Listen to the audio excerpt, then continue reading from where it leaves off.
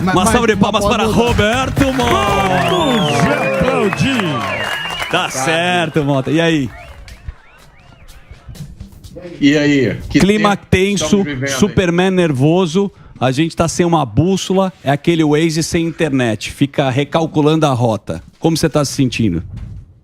Eu tô me sentindo exatamente assim. Cada dia é uma surpresa. E ontem eu estava comentando uma notícia no Pingos nos Is, e eu falei, assim, a profissão mais perigosa do Brasil continua sendo a de policial. Agora, a segunda profissão mais perigosa do Brasil hoje é comentarista político.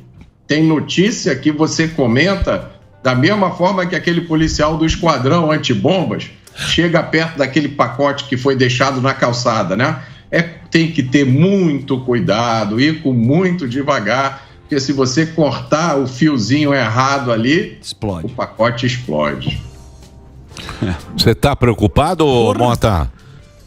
Tô, Emílio. Eu nunca vi esse país na situação em que ele se encontra hoje, né? Eu estava ouvindo a discussão de vocês e, para mim, o que mais impressiona, Emílio, hoje são duas coisas. Primeiro, conceitos que todos nós achávamos, que todos nós concordávamos com eles e que eram garantidos, né, como liberdade de ir e vir, liberdade de expressão, direito à propriedade. De repente, a gente descobre que essas coisas estão em discussão ainda. E o outro elemento que me assusta é ver que existem pessoas, né, próximas de nós, nosso convívio, pessoas que nós achávamos que compartilhavam dos mesmos valores que nós, que batem palma, que aplaudem, que acham justas medidas que para nós são claramente uma violação de tudo aquilo que a gente acreditava que era certo, né? Isso é que me assusta. Você fala dos nossos colegas? Eu falo de colegas, vizinhos, parentes em alguns casos, né? Colega de faculdade, colega de trabalho também, né? Eu acho que o mais impressionante é a existência de jornalistas hoje no Brasil que não acreditam na liberdade de expressão, que batem palma para a censura, que acham que certas opiniões têm que ser mesmo canceladas. A gente ouve isso praticamente todo dia, né? Então, mas foi eleito aí um vilão, né? Porque eles chamam, se você olhar qualquer notícia que sai, ela sai o seguinte, o golpe, os fascistas, ela sai sempre isso. Então, parece que uma parcela da população, e pô, eu ando na rua, eu fui lá na manifestação, você não vê exatamente isso. Mas o que sai publicado é que existe um golpismo, que existe um fascista, que existe... Foi criado em cima do Bolsonaro uma coisa do mal. E esse mal, para você destruir esse mal, vale qualquer coisa. Eu vejo assim. Por isso que tem gente que fala, não, que se dane. Vamos tirar isso aí da frente e ter logo. Mas não é assim, né? Não é assim. Esse processo que você está descrevendo, Emílio, na minha opinião, ele começou no início da pandemia, né? Quando foi formado aquele consórcio de imprensa que se deu o direito de criar uma visão da realidade que tem que ser aceita por todo mundo. Logo a seguir, depois da formação do consórcio de imprensa, e aqui eu vou falar com muito cuidado, né, para não... Vou falar que nem o cara do esquadrão antibombas mexendo no pacote. Primeiro você criou o consórcio de imprensa que não mostra a realidade, ele mostra a visão deles. Depois começaram a surgir várias decisões, várias sentenças, cuja mensagem é o seguinte: é melhor você acreditar no que o consórcio de imprensa está dizendo, porque se você disser qualquer coisa diferente daquilo ali, você vai sofrer várias penalidades, né? E algumas das penalidades, vários de nós já sofreram, que é o cancelamento, ou de repente um post seu some, ou começa a aparecer com advertência, as pessoas são banidas de redes sociais, os canais são desmonetizados, O pior de tudo, essa semana eu publiquei, vai sair um artigo meu na Revista Oeste que eu falo sobre isso. O pior de tudo é o tal do shadow ban, que é que você acha que está tudo normal, mas ninguém vê as coisas que você escreve. É que nem não tem aquele filme de terror, eu acho que foi o Alien, né, que dizia, no espaço, quando você grita, ninguém te escuta. No shadow ban também, você pode publicar o que você quiser, mas ninguém vê o que você posta. Eu não sei se vocês ficaram sabendo da história do Elon Musk, que eu troquei os tweets com ele. Sim, ele respondeu, foi bem bacana. Ele até ficou curioso para saber o que está acontecendo realmente no Brasil, né, Mota? Foi sensacional, porque eu estava num desses momentos, pelos quais eu imagino que a maioria de nós passa, né? Você fala assim, meu Deus do céu, o que está acontecendo? Eu estou dentro do livro 1984, né? O que o George Orwell escreveu há 60 anos atrás está acontecendo na minha vida, não é possível.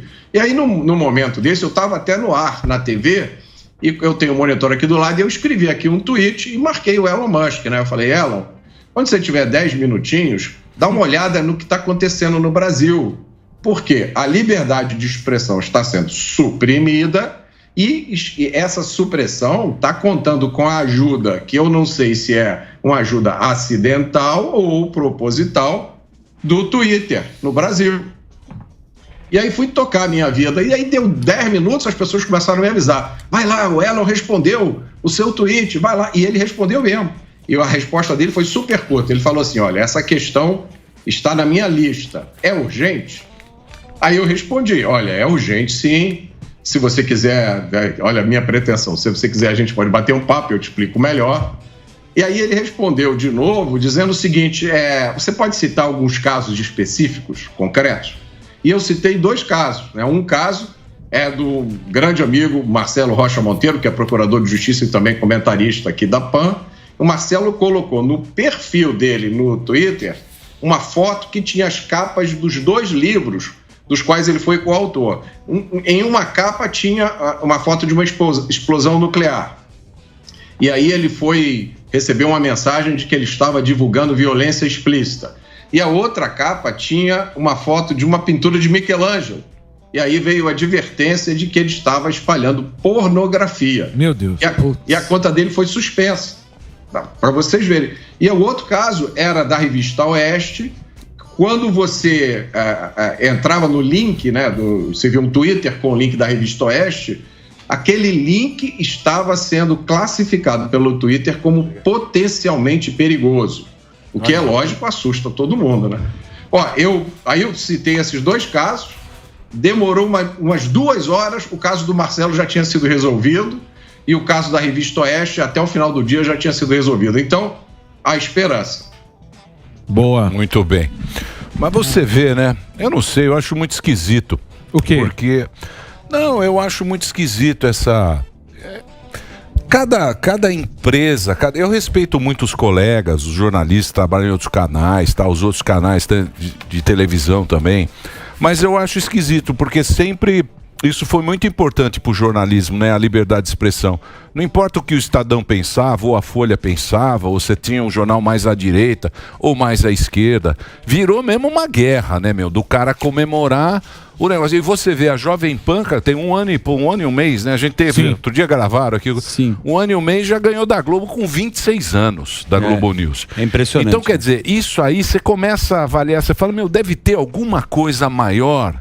Deve ter alguma coisa maior por trás. Pode estar incomodando. A gente nem imaginava. A gente faz um Sempre programa despretensioso, né? Um programa honesto, um programa que tem os comentários, que tem opinião, né? A gente tem opinião aqui, tá disputando, é comercial, é uma empresa, né? É menor, tem muita menos gente trabalhando. A Globo, porra, é um puta de um negócio gigantesco. Aí, porra, você ganhou no dia da Globo, um negócio que nunca tinha acontecido. Aí, de repente, você vê a notícia, desmonetizou agora, tal, que foi, não, foi alguma coisa que falaram no Pingos, você não sabe quando foi isso, porque você não tem essa informação. Não, você não recebe nada. Foi alguma coisa que alguém falou, você não sabe se é do tempo do Augusto, se foi ontem. Não é transparente. Se foi o próprio Mota que falou, você não sabe o que aconteceu.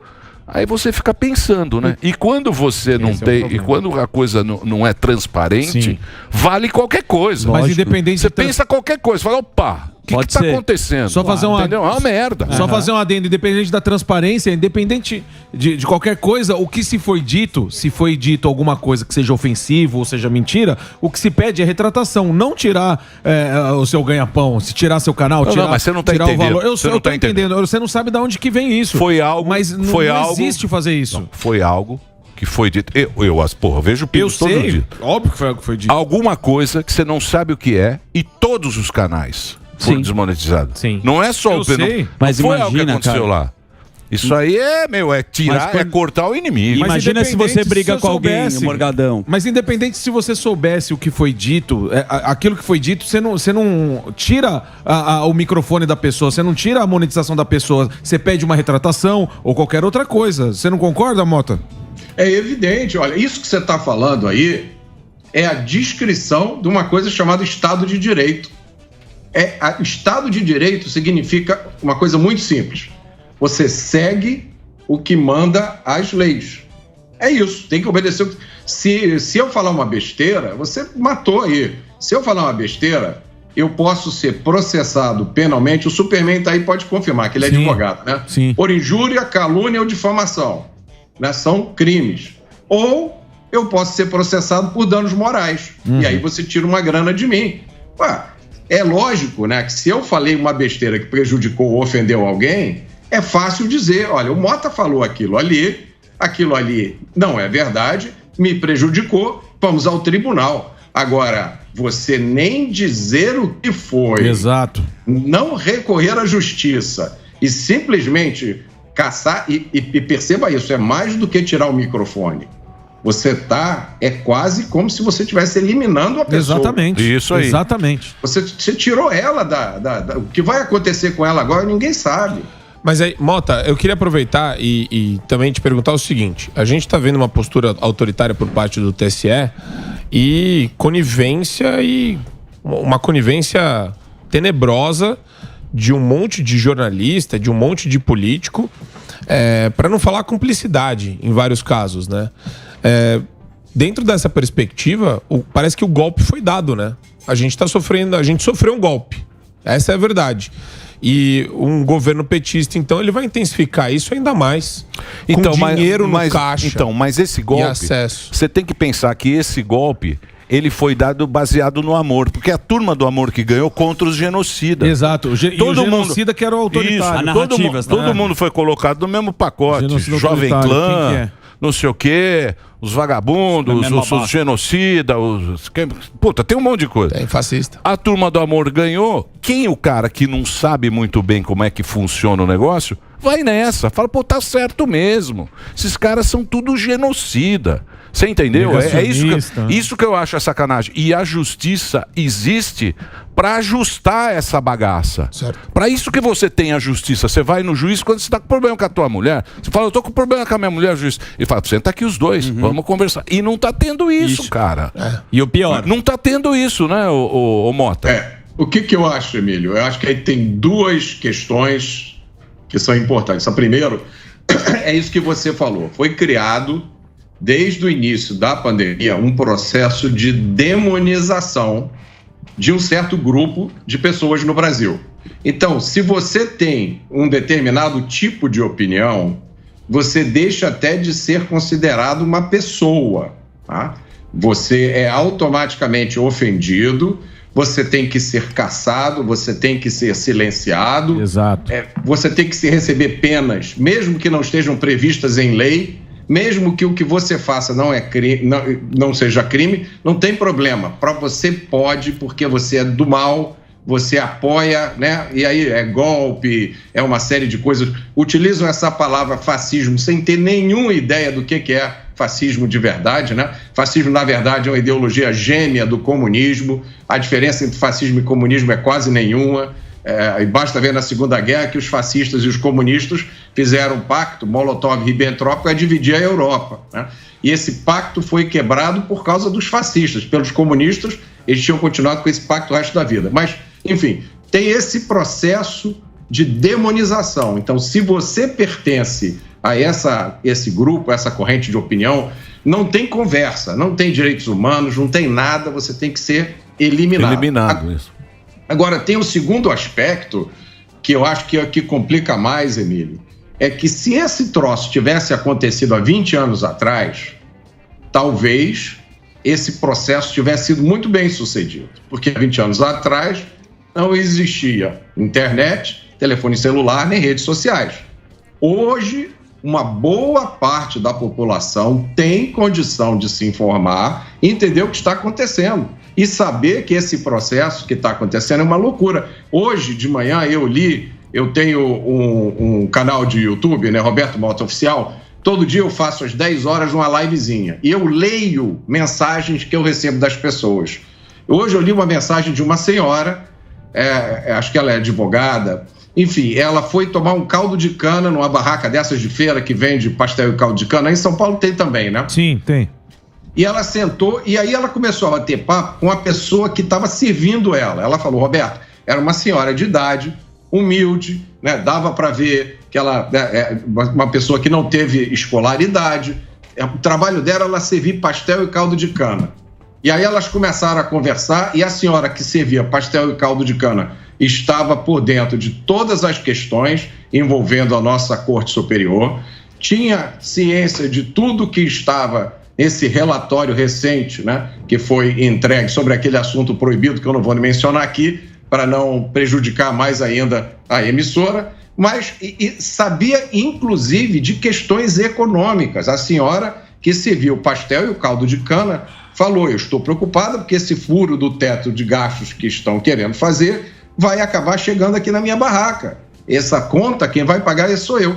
Esse é o fator com o qual essa turma não contava e é por isso que eles dobram a aposta, que eles ficam tão ferozes, porque eles achavam que ia ser tranquilo enganar um país inteiro. E não está certo. Você fala o levante dos manés, até é um nome bonito, né? Para ficar na história. Levante dos manés é muito bom. O levante dos manés pode ficar na história, nos livros lá. Daqui 50 anos você vai dizer, 2020 teve o levante dos manés. Mas é complicado, eu fico chateado, cara. Sim, eu fico chateado com isso porque, pô, vai ser um período difícil ano que vem, né, Sami? O Sami que na economia, você tá esse gatinho triste. Muito triste. Tá um gato triste, todo dia comprando dólar. Um liberal triste. Todo dia comprando dólar, mandando embora. Eu fico chateado. Malinha. Vai voltar pra Malinha indo, Malinha voltando. Samsonite já tá cheia, né, Sami? Tem pergunta pro Mota? Só posso fazer uma... desculpa, vai lá, Não, Sami. pode Eu só queria fazer uma colocação pro Mota, que é o seguinte, imagina a gente trabalhar junto, eu fico muito chateado com você pela sua postura, mas eu não te falo pelo que eu estou chateado. Você não acha que falta uma clareza nesse processo para entender qual que é o problema? Porque tá uma coisa muito genérica, as pessoas estão perdendo o canal, a rede social, mas não é apontado especificamente o quê? Esse não é um dos problemas? Sem dúvida, mas a natureza desse problema é a decisão que foi tomada por algumas entidades, algumas pessoas, de eliminar qualquer possibilidade de contraditório na discussão política do Brasil, tá? Quando a gente olha para o futuro e pensa aonde é que nós vamos parar, né? Onde é que nós vamos estar em novembro do ano que vem? Será que eu ainda vou poder dizer alguma coisa ruim sobre o PT, por exemplo? Será que vai ser permitido não ser petista em novembro do ano que vem, do rumo que as coisas estão? Essa turma fala muito no tal Estado democrático de direito. Eu não gosto dessa expressão. Eu acho que tem o Estado de direito, que se caracteriza pela obediência às leis e respeito aos direitos fundamentais. Isso é o Estado de Direito. E tem a democracia. O que é a democracia? É quando, através do voto popular, você escolhe quem vai mandar em você, né? São duas coisas que podem andar juntas, mas são diferentes. A partir do momento em que você diz só existe um tipo de opinião política aceita e todo o resto vai ser tratado como se fosse crime, né? Porque é isso que está acontecendo hoje. Você está falando de assunto específico, né? Qual é a palavra que você diz que detona o algoritmo? Qual é a frase que você diz que te coloca na lista negra? É um repertório grande, mas esse repertório, essas frases, elas estão em torno de uma determinada posição política que está se tornando cada vez mais difícil de você expressar no Brasil. Se você hoje no Brasil não for de esquerda, com certeza algum tipo de problema você vai ter. E isso pode ser tudo, menos democracia, menos Estado de Direito, né? E Mota, tem uma questão que eu acho interessante também. Nos meios de comunicação existe muito barulho. Os jornalistas fazem um barulho proposital para confundir as pessoas. Então, quantas matérias eu já peguei falando o relatório golpista apresentado pelo PL. Então, eles já adjetivam, aquele papo de adjetivar na manchete, aquela malandragem que jornalista militante faz. E isso contribui para as pessoas não terem uma noção da importância, da magnitude, do peso, da intensidade do que está acontecendo também, né? Porque a gente fala em liberdade de expressão e o pessoal acha, mas uma hora isso vai parar, ou isso não vai acontecer comigo, ou é só Jovem Pan, então não tem problema, ou é só um deputado. Só que se você olhar o que já aconteceu até hoje, já tem um repertório gigantesco de golpismo do judiciário contra político, contra meios de comunicação e por aí vai, né? Quer dizer, já tem muita materialidade para frear esse ímpeto golpista, não tem? Acho que tem dois aspectos aí que são importantes, Marco. O primeiro é que quando você olha para a história da implantação de regimes totalitários no mundo, o script é mais ou menos sempre o mesmo. Tá? O script de tomada de poder, de demonizar outras visões políticas. Né? A maioria dos regimes totalitários é sempre implantada com a desculpa de que vai garantir a liberdade, né? De que vai salvar a democracia. Nenhum ditador chega dizendo: eu vou ser o ditador porque eu quero ferrar com vocês, eu quero ser rico, vocês vão ser pobres. O discurso nunca é esse. O discurso é sempre para o bem de todo mundo, é para a preservação da liberdade, né? É para que todo mundo tenha o que comer. Esse é o discurso. Agora, o outro aspecto, Marco, é que eu estou muito assustado com o grau de alcance dessa demonização. Tá? Graças a Deus, tem muita gente que está imune a ela, que entende o que está acontecendo, mas tem um número muito grande de pessoas que realmente embarcou nisso, que acredita nisso. Eu acho que vocês devem conhecer muitas famílias que não vão passar o Natal esse ano juntas. Tá? Muitos amigos que deixaram de se falar, muitos colegas de trabalho que agora mal conseguem conviver um com o outro, porque tem lá um sujeito convencido plenamente de que o cara da mesa do lado é golpista, é fascista.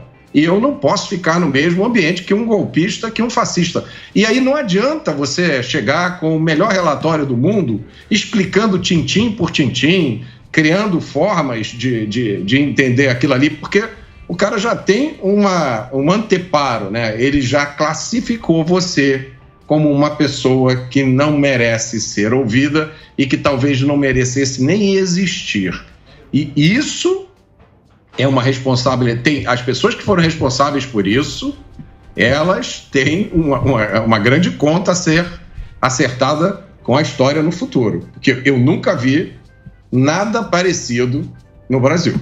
Mas isso foi bem trabalhado, né, Mota? Isso aí foi bem trabalhado. Eu tenho que fazer o break só da rede, né? Só da rede. A gente continua aqui na TV. Continua na TV. Então, Reginaldo, põe o breakzinho aí da Rede Jovem Pan, continua aí, daqui a pouquinho a gente volta o papo com o Mota e hoje ainda tem o Rica Perrone. Daqui a pouquinho, continue aqui, continuar com o Mota aí, que você tá dando um banho lá na concorrência. Um abraço pra turma aqui. Um abraço. Inclusive assistem a gente. Um abraço. Ela desliga da Globo, a linda. Sadi. Nossa amiga, ela é muito querida, Emílio. E é uma das pessoas mais espetaculares. Ô, Mota, Sadi te adora. Adora. Faz o breakzinho, vou contar da Sadi. Se você colocar na Globo News, você vai ver que a Sadia ela tem um monitorzinho embaixo. Pode ver. Passa o pânico. E ela assiste a gente. Ela fica olhando ali. Ou você, Mota. Falou, você tá dando banho na Sadia agora. A Sadia é gente boa demais. Sadia é linda. Ela é linda. Competente. E a gente é um careca desse, um velho aqui. Willis. Então eu vou te falar. 3 broches. Ô, Mota, mas você sabe o que me preocupa? Que a gente tava falando um negócio aqui e eu tava falando desde o começo que censura não tem ombro. Entrou a cabeça, meu amigo, vai embora. Até o talo, gato. Porque se você recordar bem, porque o que acontece? Explicar claramente para quem está nos acompanhando de uma maneira simples. Quando a gente vai entrar no período eleitoral, tem aquela lei do TSE. Então, os candidatos estão lá e tem uma lei específica que a gente tem que respeitar essas leis. Então você encontra com o advogado e ele fala, ó, isso pode, não pode, não pode, não pode, não pode. Beleza, a gente seguiu aquilo, tem um advogado aqui da emissora o tempo inteiro. De repente veio aquele negócio que a gente não podia falar isso, aquilo ou aquilo, que foi uma espécie de censura. Muita gente diz que aquilo não é censura. Falou. Muita gente fala que é censura. Mas a gente seguiu exatamente o protocolo. Quando acabou a eleição, porque falou, isso vai até a eleição. Até dia 30. Até o dia 30 de outubro, que foi o segundo turno. Isso. Beleza. Pode falar? Não, isso vai até a posse.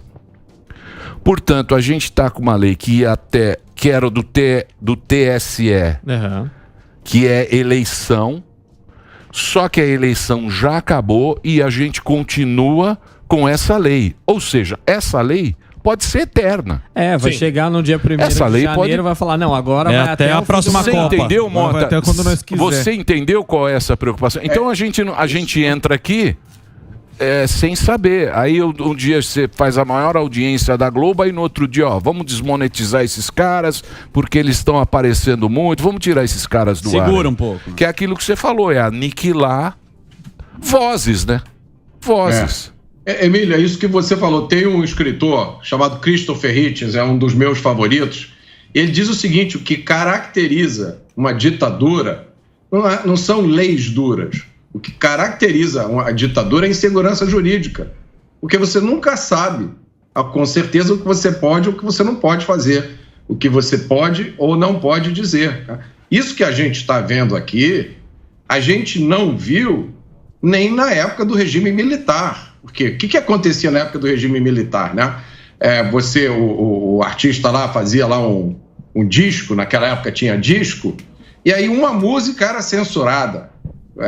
O censor mandava mudar 3 palavras de uma música ou tirar uma música. Hoje em dia você censura o músico. Você censura não é a obra da pessoa. Você censura a pessoa, você some com ela. Porque você tirar a pessoa das plataformas é um gulag. Manda lá pro gulag e aí o cara não aparece mais, né? E é isso que você falou. Se vocês forem olhar o que eu falava, eu sempre achei um absurdo esse controle do discurso que é feito na época das eleições. Nos Estados Unidos não tem isso. Eu não sei se em algum outro país do mundo você tem um fiscal do discurso. Mas o brasileiro aceitou isso como normal na época da eleição. Uma vez que você aceita algum tipo de censura como normal, você aumentar essa censura alegando alguma outra boa razão, é o que você falou, né? Já entrou agora vamos embora. O que é que custa ficar mais um mês? O que é que custa esperar até a posse? O que é que custa esperar até as eleições de 2024, né? E aí, o pior de tudo, Emílio, a gente vai se acostumando e fazendo a autocensura. Antes de falar, você começa a pensar 10 vezes, você começa a achar que é melhor falar de um assunto fofo e deixar esse outro assunto de lado. É um processo terrível isso. Posso fazer mais uma pergunta só? Eu queria... Pode. Já acabar. Tem um filósofo, colunista da Folha, não vou citar nome aqui, mas é tão medíocre o post dele que é inacreditável. Ele pegou o Marcel Van Hatten, que está fazendo agora o pedido de instauração da CPI, que já completou o número de assinaturas, e colocou dessa forma, Mota: precisamos de um inquérito para averiguar quais parlamentares apoiaram o golpe de Estado em público ou nos bastidores. Ficar indignado com o TSE e não com as mentiras de fraude nas urnas é um indício. Quer dizer, a sede de sangue desse pessoal não acaba, né? Não tem fim a sede de sangue deles. Eles querem aniquilar qualquer pessoa que pense de maneira diferente. Seja parlamentar, seja jornalista. Eu sei, mas você me permite? Claro. O cara da Folha pode falar o que ele quiser. Pode. O cara da Folha, beleza. O problema é quando o Estado vem pra cima de você.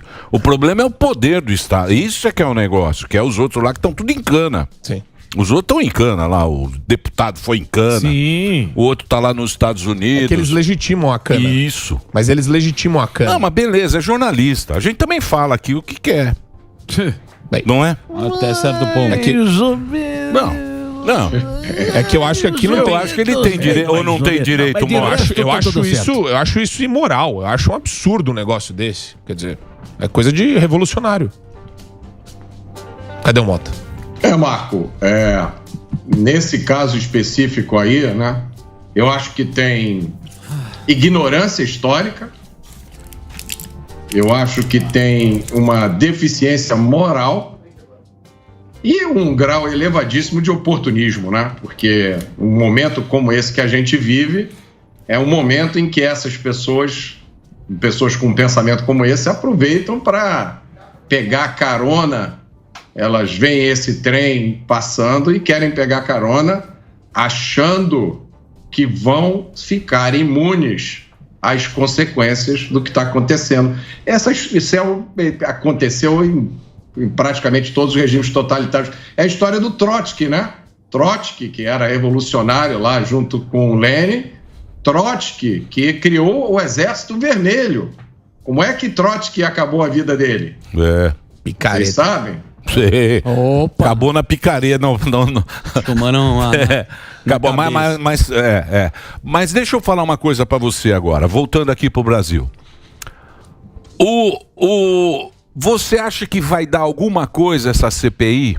Pelo menos pra voltar à normalidade? Ou não? Vai ser mais gasolina na fogueira? Eu acho que essa CPI e outras iniciativas do Congresso são absolutamente essenciais se o Congresso quiser provar que ele não é absolutamente inútil e descartável. Eu acho que, além da CPI, há várias coisas que o Congresso pode fazer para retomar o seu lugar como um dos 3 poderes da República, né? Não é isso que é a República? Sim. O Executivo, Legislativo e Judiciário, 3 poderes independentes que se vigiam, que se policiam. Conflitos envolvendo a Suprema Corte e os outros poderes não são novidades em outros países do mundo. Se vocês olharem para os Estados Unidos agora, os Estados Unidos tem uma Suprema Corte conservadora, que, por exemplo, derrubou aquela decisão que tinha dito que o direito ao aborto era um direito constitucional, né? A Suprema Corte americana é conservadora. O presidente é um presidente social-democrata, centro-esquerda ou esquerda, conforme vocês queiram definir, que está em conflito com a Suprema Corte nessa questão do aborto, na questão dos direitos às armas e várias outras questões. Então, não tem nada de mais um conflito entre os poderes. O que tem de mais é quando este conflito deixa de ser jogado, deixa de acontecer de acordo com as regras do Estado de Direito. E quando ele atinge dimensões assim a ponto de chegar a paralisar um país. Então, eu acho que essa iniciativa do Congresso é muito boa. Dou os parabéns ao deputado Marcel Van Hatten. Acho que ele é um deputado de extrema coragem, de ter levantado a cabeça e ter feito isso. E eu acho que outras iniciativas têm que surgir, porque o Brasil tem que retomar o rumo. É isso aí, porque senão acontece igual na Venezuela. Para fechar o Congresso é 2 palitos, né? Do jeito que tá indo. Tá perto. Porra, o negócio tá bonito lá. O negócio tá bonito, tá emocionante, né, Mota? Pelo menos está emocionante o negócio. Mota, muito obrigado. Que elegância do Mota.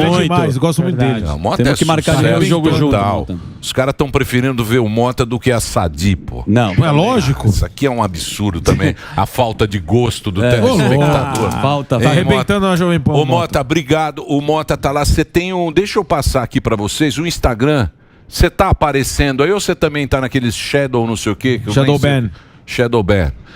O Instagram parece que está normal, meu Twitter também parece que está normal. O meu canal do YouTube é que eu acho que deve ter sido colocado em shadow ban, porque na última semana está acontecendo algumas coisas esquisitas.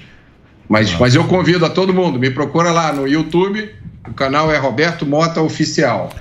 É isso aí, entra lá, já põe aquele sininho lá e você fica seguindo. Mota, obrigado pelo papo, hein? Mais uma vez. Obrigado, Emílio. Valeu. Até a próxima. É isso aí. Tchau, pessoal. Obrigado.